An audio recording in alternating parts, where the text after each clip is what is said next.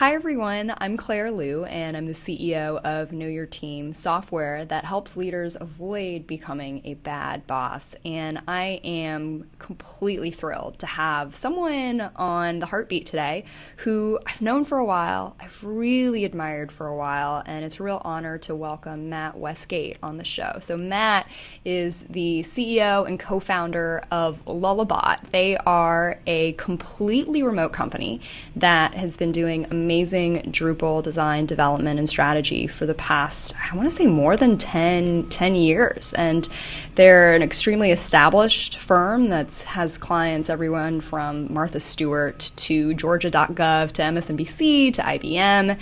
And I've respected Matt a lot because amidst the really difficult, I think, industry of building a sustainable digital agency, he's managed to do it with an entirely remote company. And the ethos, Matt, that you really have around thinking intentionally about how you treat your employees, creating the best work environment, I always learn a lot when I talk to you. And so, I'm really excited to have you on here today. There's a ton of questions I've got around everything from remote work to building a company that you likely didn't know was going to turn into what it is today.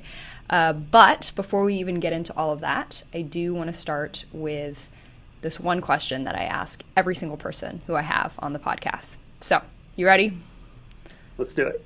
All right. And Matt does not know this question, everyone. So, coming to you completely live. So the question is, what is one thing, or it could be several things, that you wish you would have learned earlier as a leader? Oh, man. Yeah, I can see why you would ask that question. Yeah, just one thing that I wish I would have learned earlier. It can be several too. We got time. We can get into it.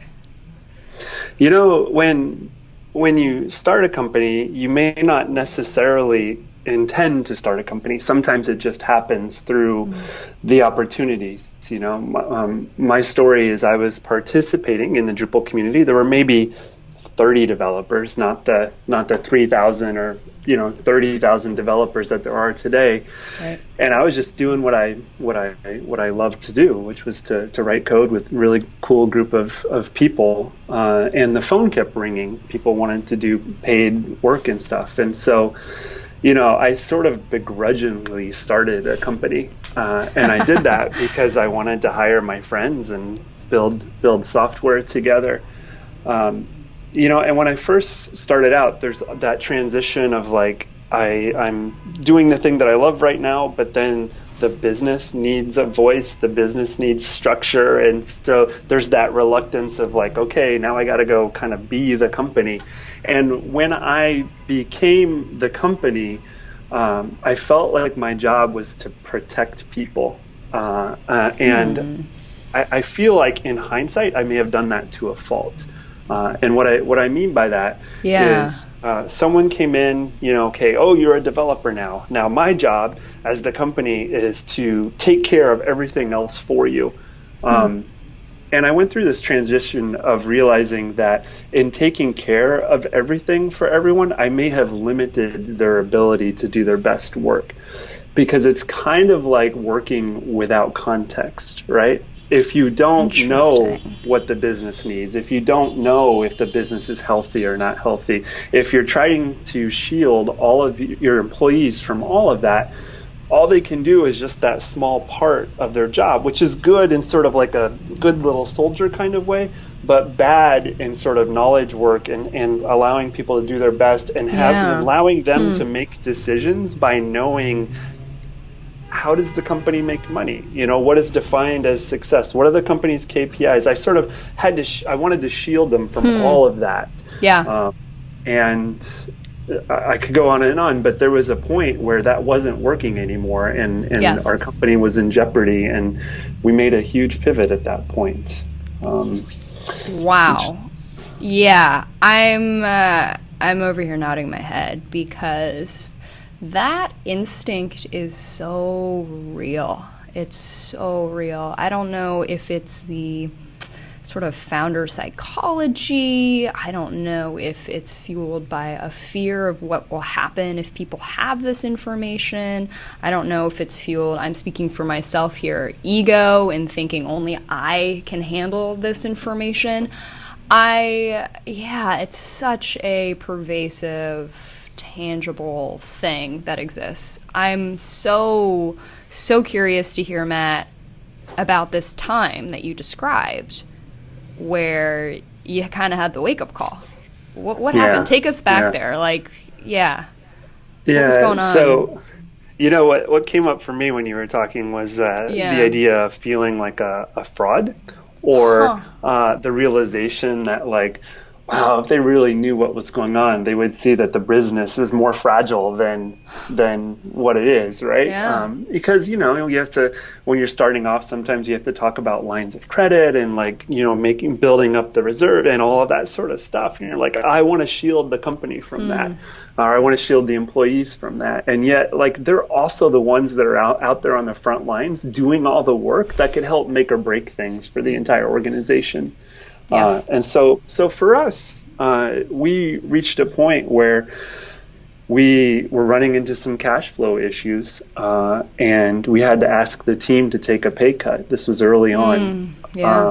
That's never the place you want to be. That's and the worst. Yeah. Yeah. And so we did that, and I think a lot of people, there's that. So we did that, and people didn't think we were ever going to reinstate those, like they thought it was going to be a permanent thing, and we went through that, and we had a team retreat coming up at the time, and I had watched Oprah Winfrey back when she had her television show, and I just happened to catch the show where it was about people that were in bankruptcy and people that were stopping smoking, and the first thing that she had them do when they wanted to make a change was invite all their friends over, invite their family over to their house, and tell them, like, I smoke. I've smoked for 10 years. I never told you. I'm telling you now because I need your help, and I can't do this without you. And the first thing we need to do is admit where we're at. And I thought, oh my God, that's a different way of, there's something there. And so I read this book called The Great Game of Business. It was by Jack Stack.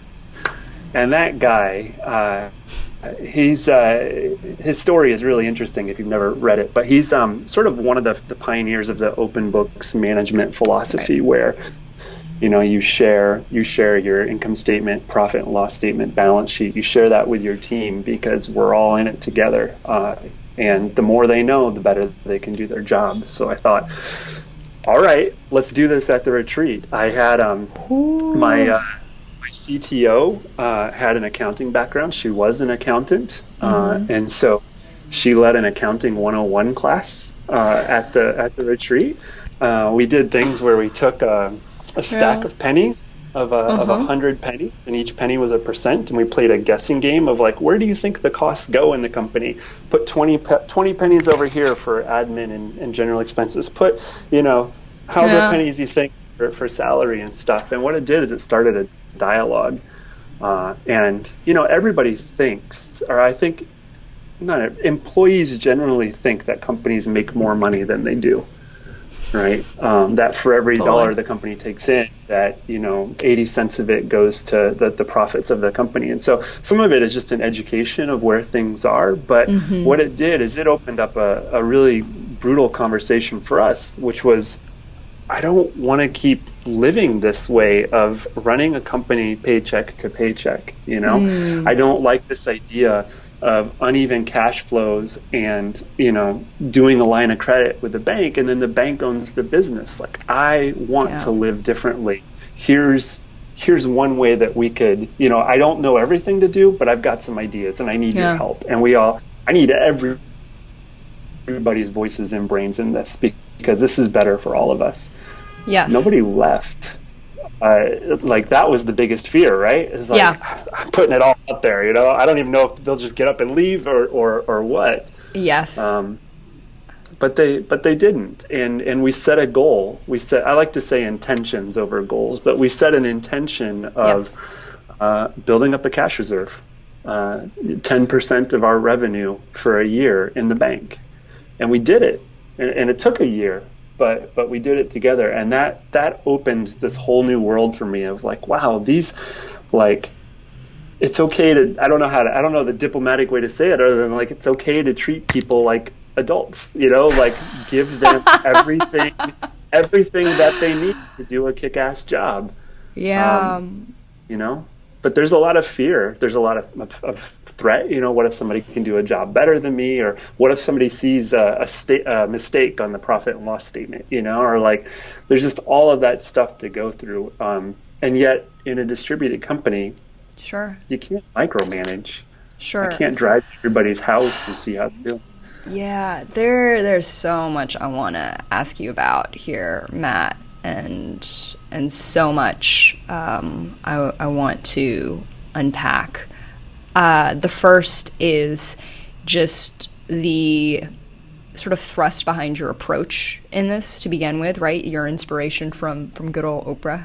And essentially, and I say that, tongue in cheek, but what she's modeling or what you described was, it's essentially like the science of organizational change management, which is in order to make a big shift in any company, you have to establish trust. And the number one best way to establish trust is actually to show vulnerability. So I may have shared this with you. We ran this big survey last year where we asked people what they thought the most effective ways for building trust was. And the typical things that you would think, like team retreats or even thanking people for a job well done, didn't necessarily build trust. And the number one thing people said was showing vulnerability. That was it. It was admitting your mistakes, showing vulnerability, and then following through on the things that you say you're going to do. Is those three things. And so what you intuitively felt like would be effective, just sort of by the data, is effective when you're trying to announce a big change, when you're about to make a big shift. And I think it's really counterintuitive for us as leaders, and I applaud you for this because that's terrifying. It is terrifying to, like you said, open yourself up and be like, the business might be a lot more fragile than we're willing to admit. And oh my God, does that mean people are going to leave? Or does that mean they're going to think I'm a bad CEO? And then you use the word fraud, right? Mm-hmm. Like, I think there's such an interesting conflation of like identity that we have with our business and who we are as leaders that sometimes gets in the way of us trying to make the most sound decisions. And I love in what you shared how you moved past that.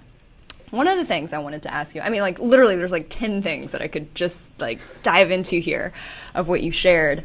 But one of the things that I found very remarkable was, okay, so the sharing of we're going to make this shift, we're going to be, become more of an open book, transparent company, and not just doing that, but pairing it with the education piece, right? And for you, the intention being that the context for which people are operating and how they are doing their jobs is what is going to make us successful. Can you share a little bit more about like your philosophy on that and how you thought about that education piece and how did you balance sort of that fear of like, are people going to get freaked out? What was the thinking behind that? Yeah, sure. Yeah, there's any number of ways to go with that. And this is a really fun conversation. This is the stuff that I live and breathe. So I really enjoy sharing this too. Excellent. Yeah, teaching is just a part of our DNA. Like when I learned how to build websites, I ran to the libraries and offered if I could teach free classes because I didn't have computers to share with people. I thought I had found like the golden cup, Yeah. I wanted to liberate everyone through HTML. But yeah, no, the sharing component is it's interesting. Being a distributed company, sharing actually is easier. I don't know if people buy into that. Tell me that. Tell me more about that. Is, okay. Yeah. Because asynchronous communication is easier, right? So like if I have a conversation, oftentimes there'll be meeting notes. Like I can write every conversation that I have can have a URL. Yes. Yes. Right? So an audio conversation gets recorded. I write up something, I distribute it broadly. It's there for when people want to consume it. It's actually easier for me because everybody is using the same communication tools, right? I'm not just having a conversation with one person that then I have to go broadcast in a bunch of different places. I can invite everybody to the call, or we can. And so that part I don't find difficult, the sharing and education part. But I lost my train of thought. I was going to No, that's all good. What did you find most challenging about that situation, right? Like if the education part, I mean, because that's the part that, quite frankly, Matt, I found most novel, is that you weren't just like, okay, here are the books. Great. Yeah. It's that you literally, I mean, you walked, it sounds like, people through really thoughtful exercises and practices of, like, can you guess? And no, I found that incredible. So if that was the easy part, curious what the hard part was. Look, I didn't grow up with a business degree. I didn't, I went to university, I got a degree, but it wasn't in that. So when I realized that we needed to know our numbers, it had to start with me and my leadership team. We took a Coursera class for, 3 months, a 3-month class that we did where we had to learn the ins and outs. And so we took a lot of the things that we used from that and shared it with the team and did the same exercises with the team, because we had hired a CFO, an external CFO at the time, and they were telling us about KPIs and all of these things and net present value and all that. I was like, I give up. Like, I'm tapping out. I can't do this, Like, totally. Before I hire you, I need to go get smart and I need to go learn all this stuff so that I can be at not at the same level, but I need to understand what you're sharing. And so we all did that and could engage the team. But it does make for better employees. I mean, they are making the decisions, right? Like, they are trying to choose, like, do I spend my time here? Do I spend my time here? Well, how is this project structured? How much value does it have to the organization? And the more that you can include them in those conversations and actually give them a voice, shift that transparency to collaboration in some way. Yes. The more it's like, you hired the people that you hired for a reason, to be the professionals that they are at the work that they do, right? Not just to give marching orders. Like, right. That's and so the more that you can engage them to do that and engage their brains, the better that they can be. Absolutely. I remembered what I was going to say. Please tell me. Yep. Yeah. All ears. The big realization that I had is that as leaders, we're making all of these decisions and have all of these data points in our heads, and then all we're doing is sharing the end result or the conclusions with our team. And that sucks, man. That sucks, right? To be like, stand on high and say, I have decreed that we will do this and not this and this. And they're just like, I got a question. Yeah, why? Why are you doing this? And, like, why didn't you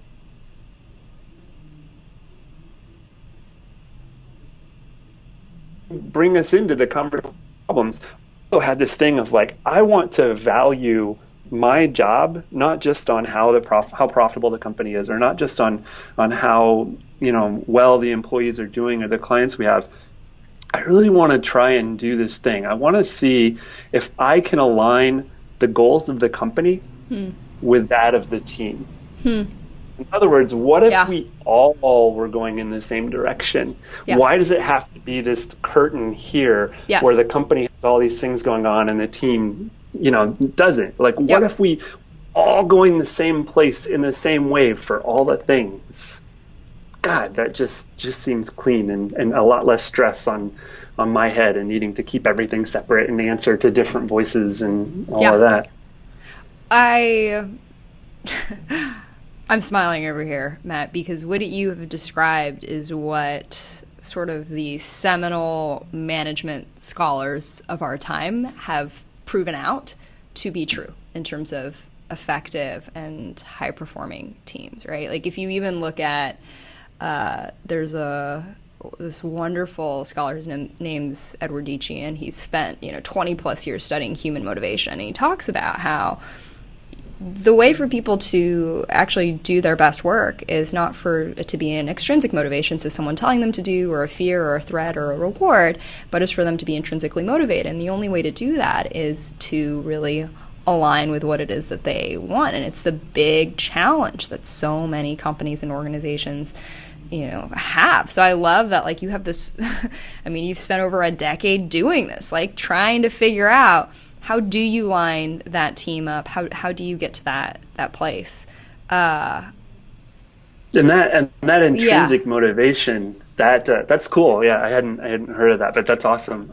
That intrinsic motivation, the reason to tap into that is because then people start to share gifts with you that otherwise aren't accessible. I'm talking about like passion, right? Yes. Like that's the way to passion. You can't ask somebody to be passionate. Like they have to want it, and that's the source, that intrinsic motivation. I want to do this because it feels good to me. Right. I want to share my passion, right, with this team, with these absolutely. people. And what's fascinating is that people all have it. They don't always show it, but they all have it. And we as leaders and the structures we've created in our company sometimes or oftentimes drown that out. So it's within every single person, right? And there's so many studies that have been done that when people are actually, it's fascinating, whether it's kids or adults, school, classrooms or in companies, when people are doing things because they truly believe that it's something that they want to do versus someone else, or out of fear or for a reward, they perform better, so the outcome's actually better. They learn more, and they actually enjoy the process more too. And that's all with intrinsic motivation, to your point. So it's, I think the hard thing, right, is because I think a lot of folks who'd be listening to this would go, yeah, no, totally, like I'm with you, Matt. I'm with you, Claire. How, right? There's stuff in the company that has to get done that someone has to do. There's things that are hard. There are things that, hell, I have to do, as the leader, that they don't fall into my passion. Like, what? How do you do this? How do you tap into people's intrinsic motivation, or how do you try to create that alignment between self and team and organization? Yeah. Well, I mean, whenever I get uncomfortable, I've learned to lead with authenticity.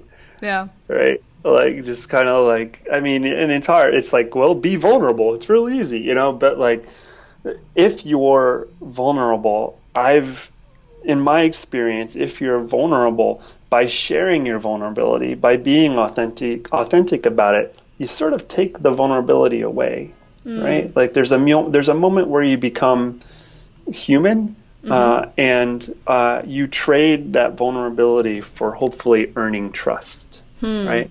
Yes. And so what it does is it's the start of a dialogue. The other thing that comes to mind is just like, it's just getting out of the way sometimes. Yeah. Like the leaders are often doers, right? Of like, okay, there's a problem, I got to fix it. The problem, I got to fix it. And so taking that step, it's a little bit cliche, but taking that step back and say, well, how do you think we should solve it? Right. What do you think we should do? And allowing people to put their brains and voices and passion into the problem rather than solving it for them. Reminding yourself, I hired this person for a reason. They are at the forefront of this. They are our marketing person. Like, if anybody knows the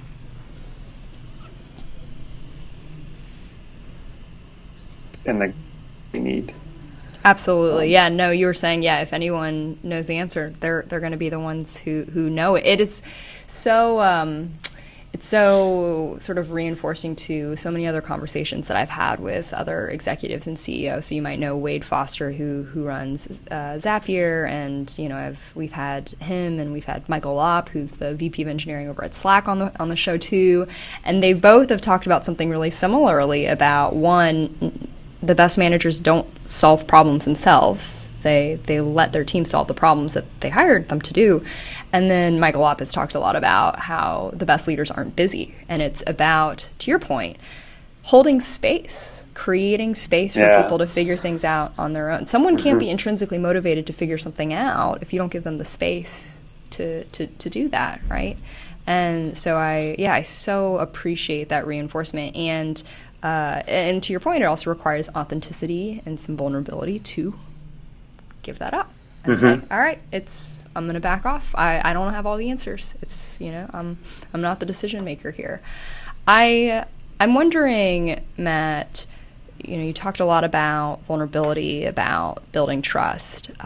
In a remote team in particular, there's so many executives, CEOs, and managers that I've talked with, who've shared and admitted that building trust in a remote team is particularly challenging in their opinion.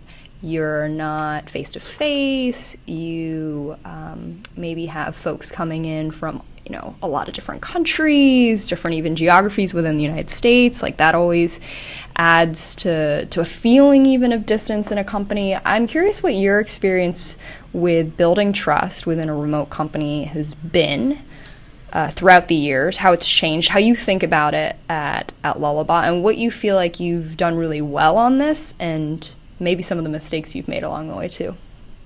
Yeah, sure. That's a great question.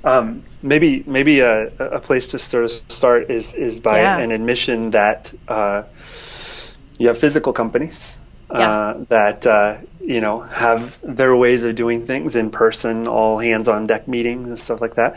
You have remote companies that grew up with processes and systems, and then you have those companies in the middle that have some remote and some physical. Those are the hardest companies because everybody's using different communication systems. Those are the companies that are going to struggle the most with this kind of a general question, because it's Sally's birthday and there's birthday cake in the kitchen office. The mass email goes out to all the employees. 50% aren't there. They're remote employees, and so they don't get the birthday cake. And so, that is a really tough problem to solve. As a remote company, though, it's sort of the same as a physical company. You get to pick the same tools that everybody uses. You do have time zone differences, which you need to take into account. And, one of the ways that we've tried to hire 12-hour time zone differences and things like that. And candidly, it hasn't worked for us. We've found that a 9-hour time difference at the most is the most that we can do. 6 hours for us from a U.S. Eastern time is as far as we'll go in the hiring process, because we've got to have some overlap. Super interesting. And is that because frequency of touch point is, you think, so integral to that sense of connection? Yeah. Because say you're in Spain, right? You can work a noon to 8 over there and get sort of that 9 to 5 overlap, more or less, in the U.S. Eastern time. And so there's enough touch points in there. And because we do client services work and most of our clients are in the U.S., we've got to have some overlap there. But we have town halls once a month where everybody comes on and they type their questions in Slack. Any question is fine for the leadership team. And then we answer those questions. We have silly, fun things that we do that are really, really important, because it's the equivalent of going and catching a football game on the weekend or things What's like an that. example? So, I would get, so one is we have a serendipity call. That's a half an hour every Friday morning, just sort of hey, it's Friday.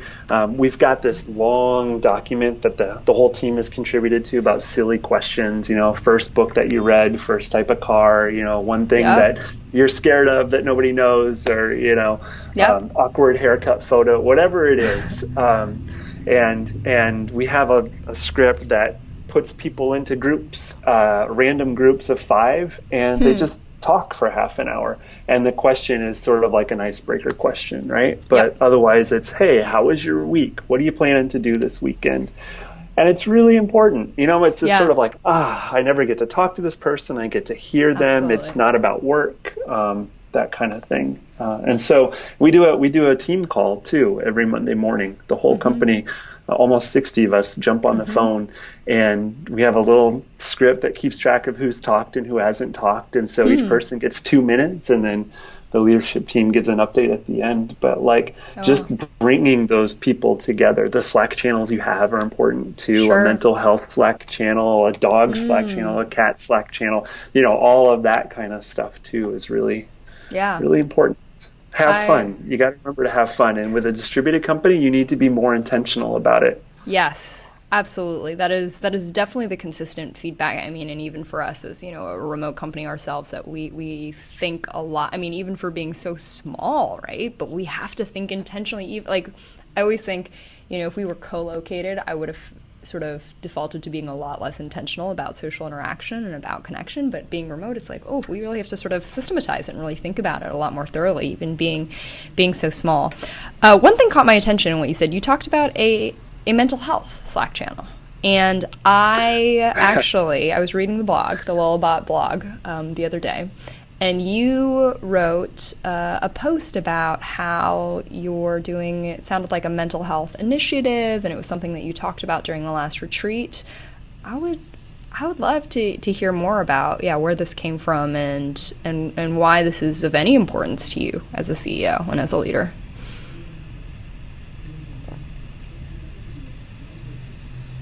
It's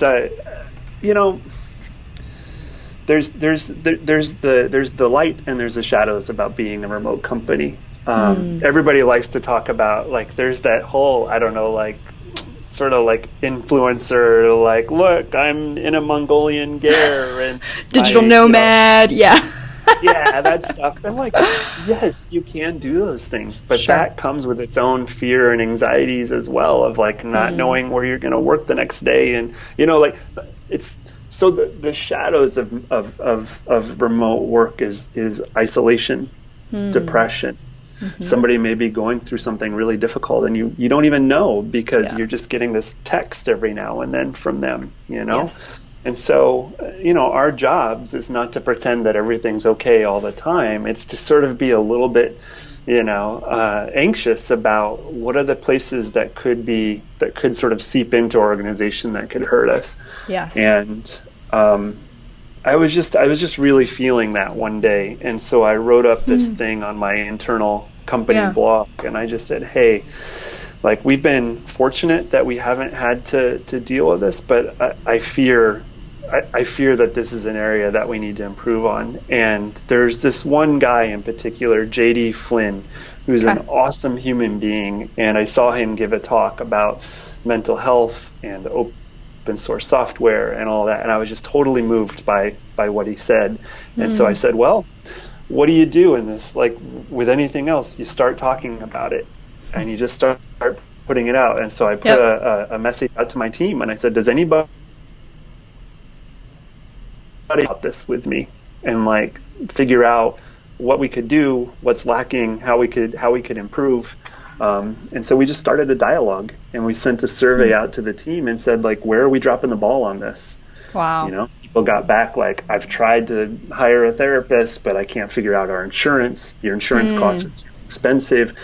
I feel like I can't talk to my manager about this because I'm going to get judged, and so we're still having these meetings and figuring out things to do. But we call it submarining is the name that we use, when somebody goes dark for a while and we haven't heard from them.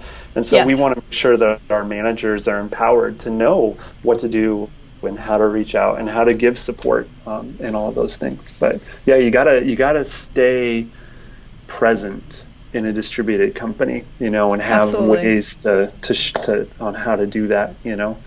I think that's incredible, and it's interesting, sort of when you look at the numbers of actual depression and loneliness in the workplace, it actually isn't any more prevalent. I've looked at some numbers in remote workplaces as it is in physical spaces.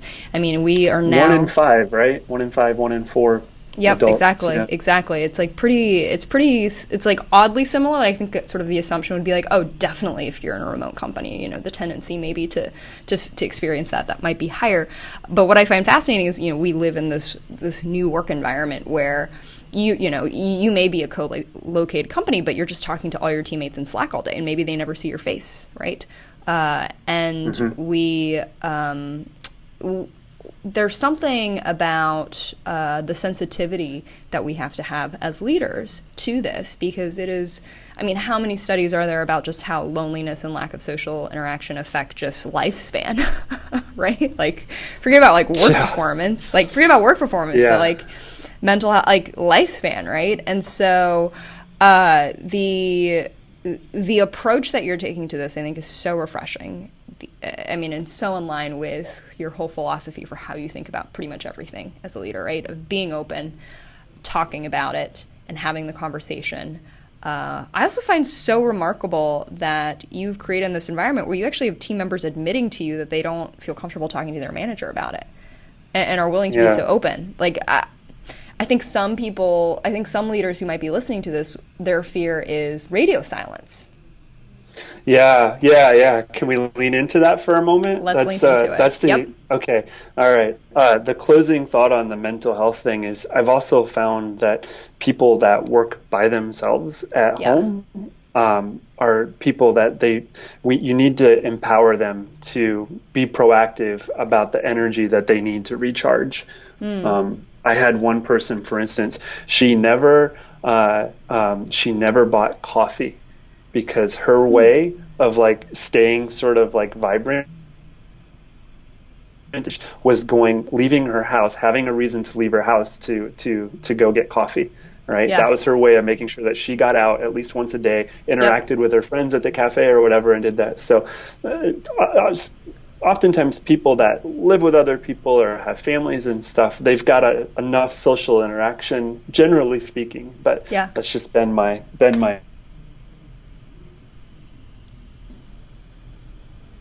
examples have been really important to me. One is aligning the company goals with the team goals. That's been one thing. The other thing you just talked about, which was psychological safety, right?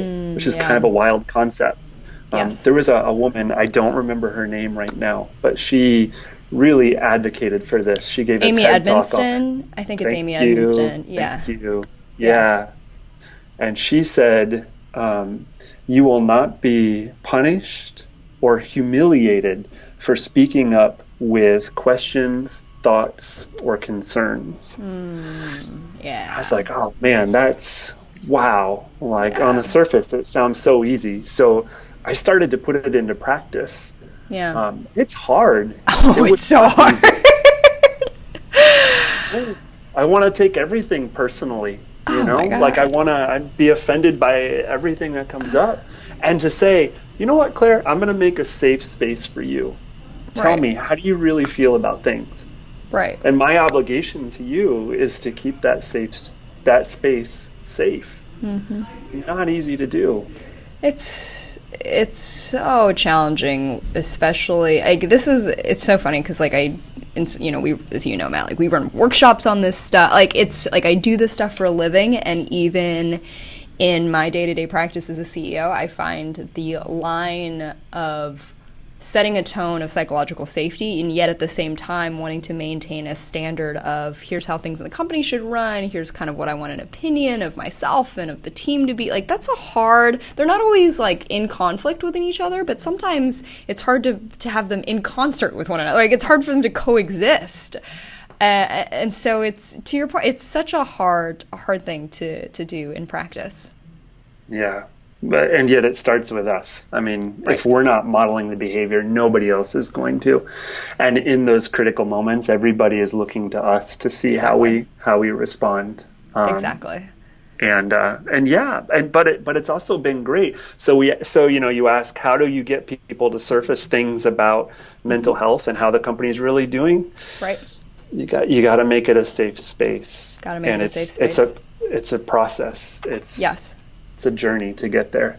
Oh, well, yeah. Matt, I know so many people who are listening to this podcast are going to be looking to you in terms of how they're thinking about leadership. This has been absolutely incredible. I have one last sort of burning question before we get off here. And I truly could talk to you for hours, and so I'm just trying to cut myself off here preemptively. You've been running a remote company for a good, it's been what, over 13 years. Yeah, it's exactly. I mean, before sort of the idea in many ways of running a remote company has, been in vogue and hot, et cetera. And I'm sure you've sort of seen the sentiment of it being something of, oh, what do you mean you're remote, to now being popular, really interesting. What's like your biggest pet peeve when people ask you about a remote company, or you hear someone who's trying to become a remote company, or just like a thing that you hear a lot from other CEOs and managers when talking about remote companies, where you're like, you know what, I want to set the record straight, or you know what, that's not true, or you know what, for us, we actually have found this to work. Curious if there's been anything of that nature. Yeah, no, that's really interesting. I think that probably the biggest stereotype to bust on that one is that remote companies don't communicate. And I would argue that they have the potential to communicate better than physical companies. I think I said earlier that you can give every piece of kind of communication that you have a URL, a link. It can be recorded, it can be written.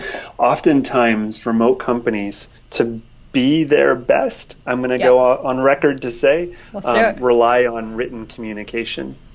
And in order to write, you have to kind of know yourself. You have to find that quiet to search for your words. You're not just spewing spontaneous things off in a meeting. There is a place for that, those strategy brainstorming conversations, but not when it comes to policy and purpose and all those other things that we need to do as leaders. So to actually sit down with thought, with intention to write, it becomes, like carving stones, like tablets that are like canonical resources for your team to know where things are. And you can have great communication where everybody feels aligned and tapped in. And part of that is just, you get to use all those fancy digital tools at your disposal to broadcast your messages. Oh, completely. I mean, I will go on record to say, Matt, that I completely agree with you. I found it so interesting how the lack of sort of reflexive communication and in-person communication becomes a forcing function for much more intentional and thoughtful communication. It's like you have to put more energy into it because it's not as easy just by default, and as a result, it gets better because of that. So thank you so much for sharing that wisdom, and for all the wisdom that you've shared. My goodness, there's so many things that I took away, and I know for everyone who's listening as well. And so, thank you to everyone who's listening. If you enjoyed this interview with Matt and I, definitely be sure to rate our podcast on iTunes. And Matt, thank you so much again for your time.